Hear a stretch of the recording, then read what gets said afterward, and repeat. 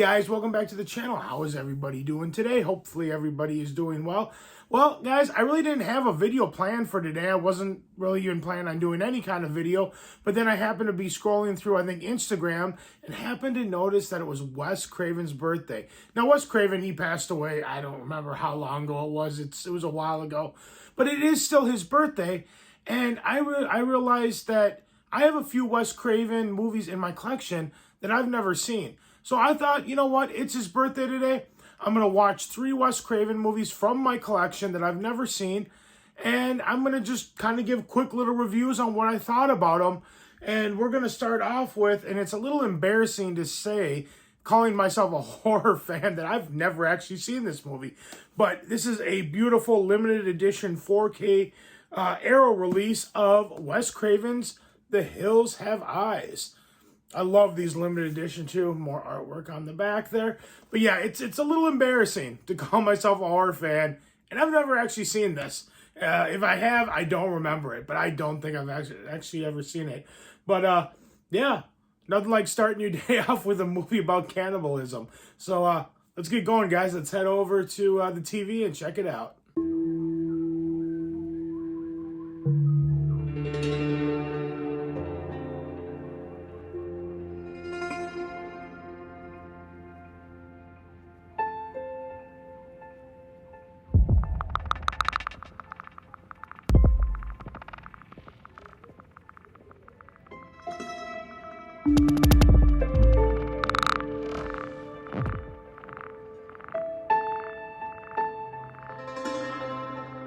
Alright guys, I just got done watching The Hills Have Eyes. I'm going to wait till the end, till at the very end of the video, and then I'll just talk about all 3 movies at once. But we're going to move on to our next Wes Craven movie, which hopefully is a little bit lighter than The Hills Have Eyes. That movie had some some pretty intense stuff in it. But we're going to move on to Wes Craven's Deadly Friend with this awesome slipcover. This is from Scream Factory. I think there's reversible artwork too. Might as well just show that off. Bam. But yeah, we're going to put this in next and check it out. Let's head over to the TV and check out Deadly Friend from Wes Craven.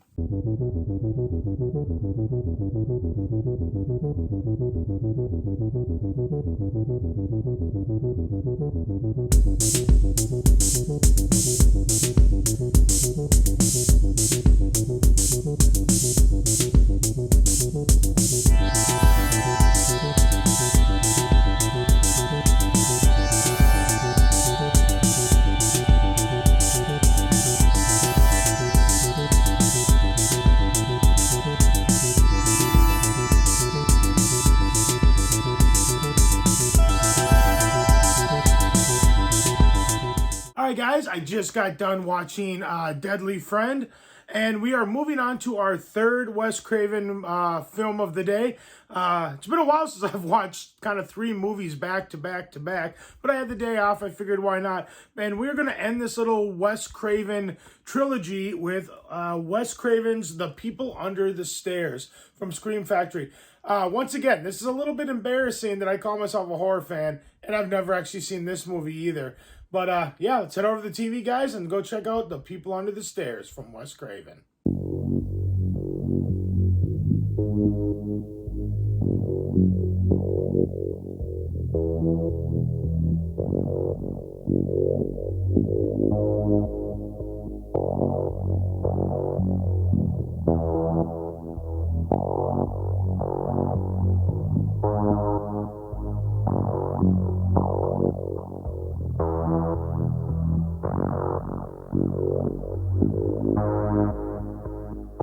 Alright guys, well, we just finished The People Under the Stairs, and that concludes all 3 Wes Craven movies that I was going to watch today. So I'm just going to go through just really quickly and just kind of give an overview of the movie and kind of what I thought about it.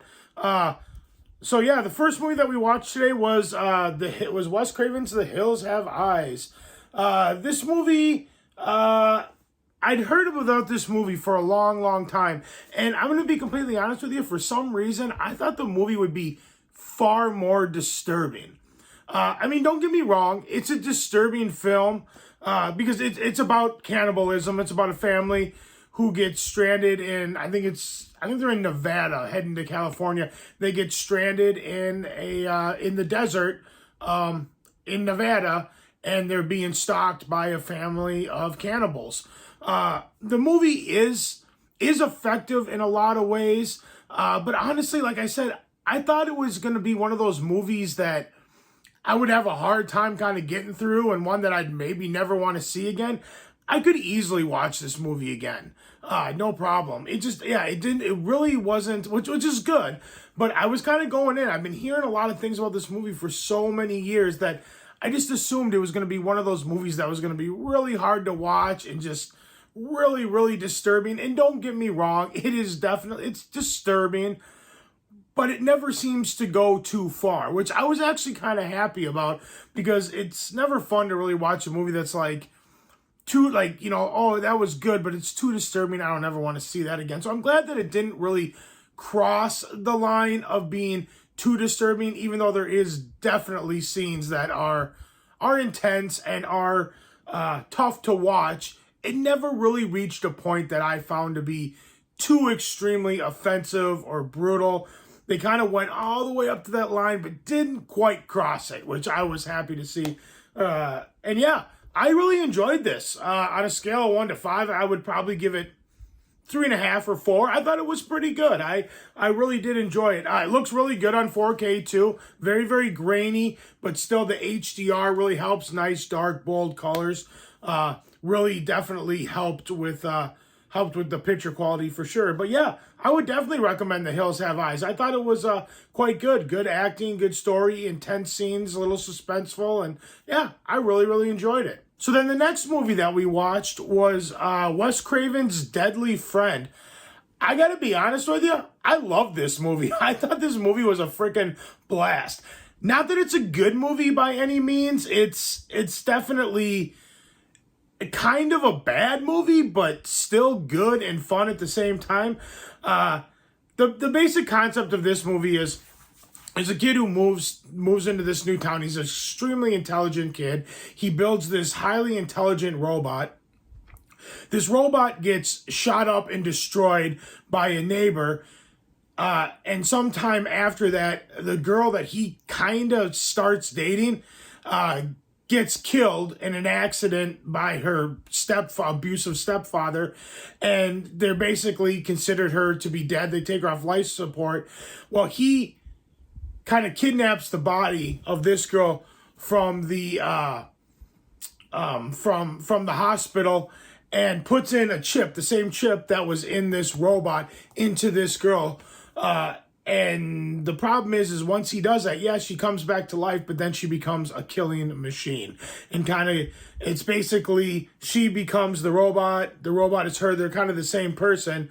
So the people that the robot had an issue with when it was alive, she now has an issue with, and goes out and kind of seeks revenge because she's basically the robot. But yeah, this movie was a lot of fun. I really, really enjoyed it. It kind of reminded me of kind of like a cheesy TV movie, but far more violent. I thought it was really cool. I really enjoyed it.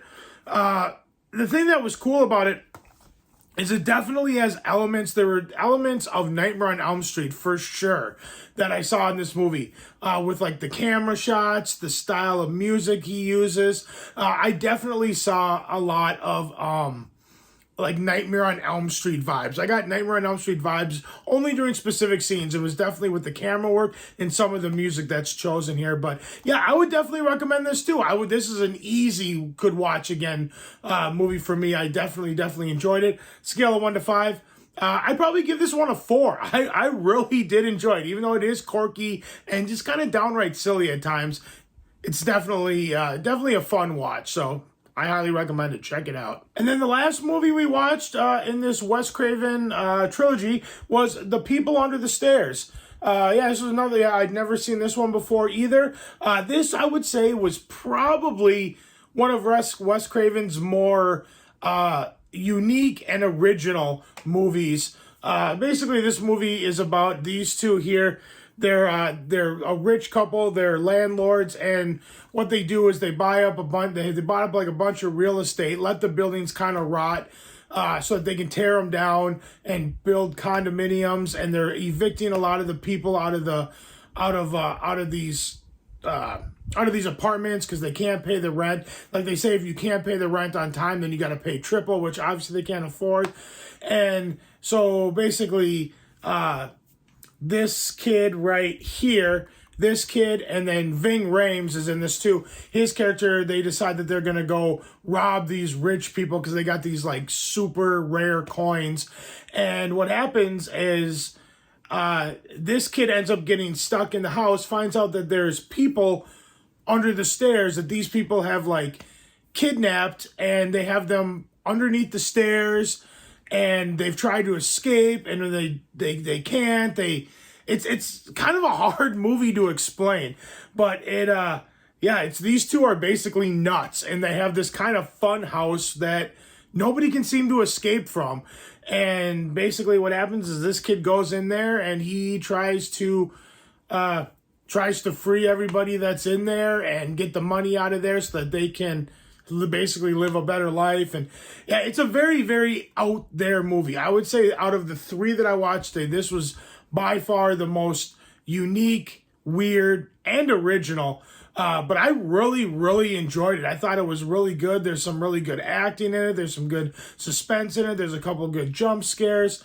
This movie's kind of a hard one to explain a little bit, but definitely check it out. It's unique, to say the least. But I'd probably give this one like a 3.5 or a 4 out of 5 too. I really, really did enjoy it. So yeah, guys, that's it. Those were the 3 movies I watched. As you can tell, I enjoyed all 3 of them. Wes Craven, I'm really starting to like him more and more.